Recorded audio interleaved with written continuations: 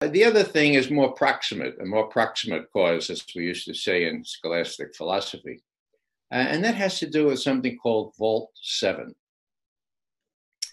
Now, we're starting to say Julian has this incredible capacity to receive leaks. Now, I don't know how he does it, but these are not hacks, okay? Hacks, ipso facto, are collected by the NSA. They know about hacks. They collect them, they store them, they have metadata, they can get them right away. They can retrieve them, okay? These are leaks. What are leaks? Well, you put a little thumb drive into your computer, right? And you copy things. You can copy them at great speed. You take that thumb drive out and you get it to Julian or one of his lieutenants. Now, why do I say all that?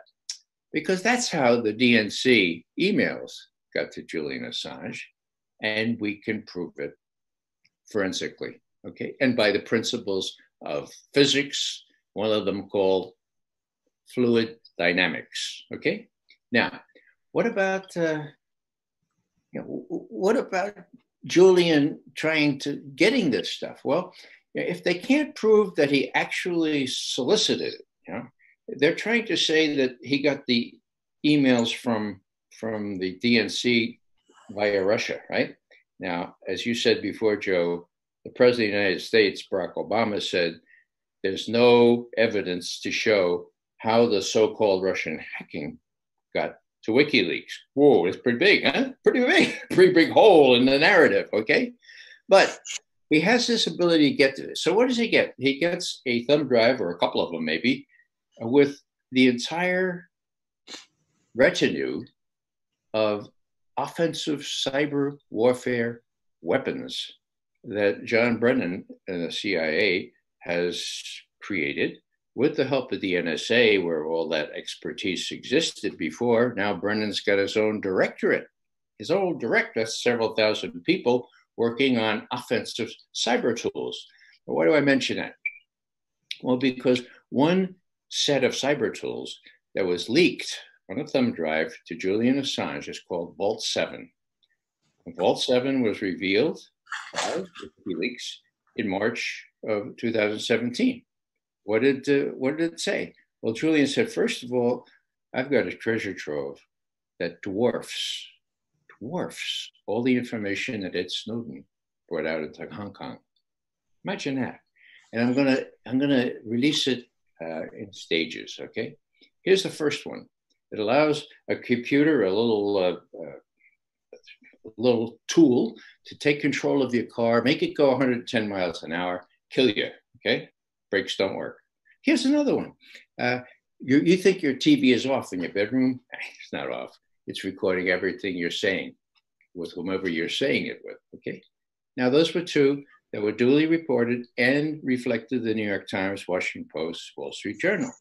But then on March 31st, this is really interesting. On March 31st, all of a sudden, I get a call in the morning. Hello, this is RT from Moscow. Could you come in? I said, well, what's going on? Well, we'll send you an email. It's about Vault 7, something called Marble Framework. So I read the thing. My God, what is it? It's a cyber tool that allows you to hack into a computer or server, disguise who hacked in, and leave little breadcrumbs, leave little telltale signs in 5 languages they worked in: Russian, Chinese, Persian, Farsi, and Korean. Russian, Cyrillic. Oh, wow. So this tool would allow John Brennan to hack into, say, the DNC and disguise blame it on somebody else, this entity called Lucifer 2, and leave telltale signs like British formats. So I'm not British, but Russian formats. The name of the first Russian head of the Cheka, the KGB. Well, you don't have to be a crackerjack analyst to say, this could be very damaging. So what happens? I say to the RT on the phone, okay, I see, I'll come in, but you're not even open yet. Well, we're going to use the Eurovision studio. Can you be there by 9? I said, okay, for the cause. So I'm driving down the carpool lane all alone, risking arrest. And I get in there just before 9. And on the way, I say, now, Ray, what are you going to say? So call Bill Binney, ex-technical director of NSA, the National Security Agency. I said, Bill, I've been reading about this marble framework. It looks very suspicious to me. I'm on my way in to be interviewed. What do I say? So Bill says, look, Ray, I was there when they started this, he says. I was there when the CIA and NSA started working on these tools. Tell them this, Ray. Tell them this. There are 700 million lines of code. So McGovern, history major, says, that sounds like a lot, Bill. Bill says, yeah, right. Ray, look, can you still do multiplication? I said, yeah, I can. He says, each line of code costs $25. Do the math, Ray. Tell him that. Okay. So I did the math. We're talking billions of dollars, right? So I go in, I'm interviewed by RT. Nobody else is interested in interviewing me.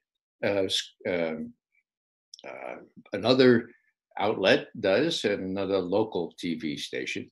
But so what am I saying here? I'm saying that was really big. Now, what did that indicate? That indicated that Julian Assange has a treasure trove of information that the CIA really, really, really would wish not to be divulged. Has he divulged all of it? Not in my, I don't know for sure, but if he said it's more than all that Ed Snowden brought out to Hong Kong, that's a lot. So what am I saying here? I'm saying that Julian has a certain leverage here. He hasn't released it all. And indeed, Julian's lawyer got in touch with a Justice Department lawyer working for the CIA. Justice does the lawyering for the CIA. And the Justice Department lawyer said, okay, look, what does Julian have and what does he want? And his lawyer said, well, you know what he's had. Check with your CIA client. He's got a lot. And he's willing to divulge the technical information that shows who did not hack. Whoa, who did not hack. And in return for that, Julian would like some measure of security, some immunity, so he doesn't get wrapped up. Okay, so what happens? The lawyer for Julian hears that Senator Warner, Mark Warner in Virginia is interested in this. And so he gets in touch with him and said, would you like us to ask Julian or Zola or something? Warner says, no, thanks very much. Boom, calls up, get Comey on the line. Comey, did you notice what's going on? No. Okay, shut it down. They shut it down. It was already shut down at the end of March after 2 months of painstaking negotiations. That's when Julian let loose with the Marble framework. Now, I'll just conclude here. The significance of this, of course, is that you don't have to be a conspiracy theorist. All you have to be is a all-source analyst like me to connect the dots is a trite way of saying it. But if you're looking for information on who Lucifer 2 is, and you don't know, and you can't get the FBI to look at it, but he turns up in these circumstances where these breadcrumbs from Russian Cyrillic are found. Well, it doesn't take a crackerjack analyst to put 2 and 2 together and say, as Bill Binney and I both suspect, can't prove, that Lucifer 2 is John Brennan. It's the cyber tool people that do this kind of stuff. And if that's the case, then you can imagine how much John Brennan and James Clapper and the rest of them all lust after Julian Assange being put in deep, deep, deep security, isolated from the rest of the world for the rest of his life.